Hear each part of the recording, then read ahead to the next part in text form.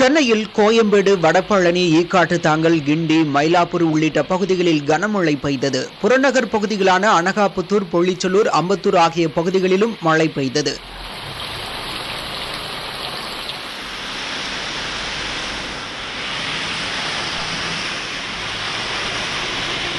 காஞ்சிபுரம் மாவட்டம் ஸ்ரீபெரும்புதூர் சுற்றுவட்டார பகுதிகளில் கனமழை கொட்டியது.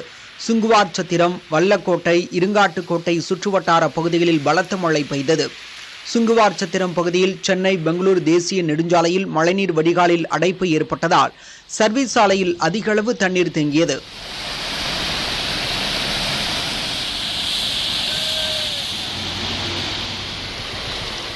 காஞ்சிபுரம் மாநகர பகுதிகளான ஒலிமுகமதுபேட்டை, சங்கரமடம், செவிலிமேடு, ஓரிக்கை உள்ளிட்ட பகுதிகளில் கனமழை பெய்தது.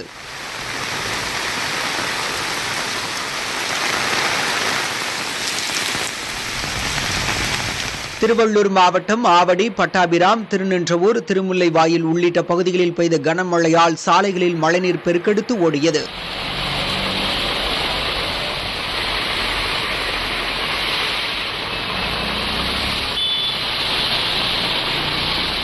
கனமழை காரணமாக திருப்பத்தூர் ஜலகம்பாறை அருவியில் வெள்ளப்பெருக்கு ஏற்பட்டுள்ளதால் சுற்றுலா பயணிகள் குளிப்பதற்கு தடை விதிக்கப்பட்டது.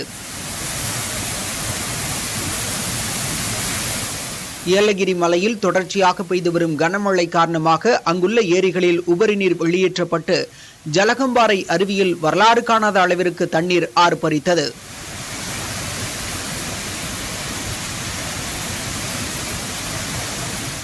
மேற்கு தொடர்ச்சி மலைப்பகுதிகளில் பெய்த மழையால் மணிமுத்தாறு அருவியில் வெள்ளப்பெருக்கு ஏற்பட்டு அங்குள்ள பாதுகாப்பு தடுப்பு கம்பிகள் சேதமடைந்தன. இதனை சரி செய்யும் பணிகள் நடைபெற்று வருவதால் அருவிப்பகுதி தற்காலிகமாக மூடப்படுவதாக வனத்துறை அறிவித்துள்ளது.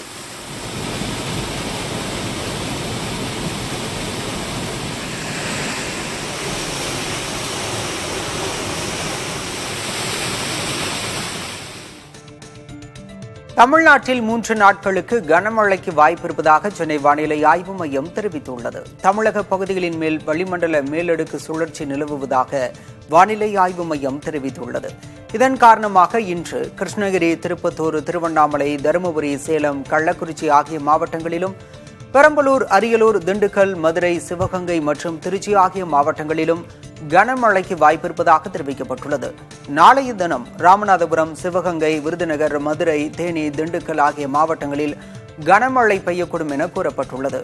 வரும் 8ஆம் தேதி கன்னியாகுமரி, திருநெல்வேலி, தென்காசி, தூத்துக்குடி ஆகிய மாவட்டங்களில் கனமழை பெய்யக்கூடும் என வானிலை ஆய்வு மையம் கணித்துள்ளது.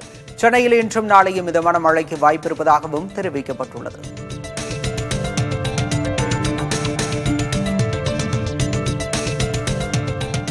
தமிழ்நாட்டிற்கு நவம்பர் மாதத்திற்கான 13.78 TMC நீரை திறந்திடுமாறு கர்நாடகாவிற்கு காவிரி நீர் மேலாண்மை ஆணையம் உத்தரவிட்டுள்ளது. டெல்லியில் நடைபெற்ற அவ்வாணையத்தின் 45வது கூட்டம் நடைபெற்றது. இதில் தமிழ்நாடு அரசு கர்நாடக அணைகளின் நீர் இருப்பு மற்றும் நீர்வரத்து கணிசமாக இருப்பதை சுட்டிக்காட்டி நவம்பர் மாதத்திற்கான நீரை காவிரியிலிருந்து திறக்க கோரியது. இதனை ஏற்று காவிரி நீர் மேலாண்மை ஆணையம் உத்தரவு பிறப்பித்துள்ளது.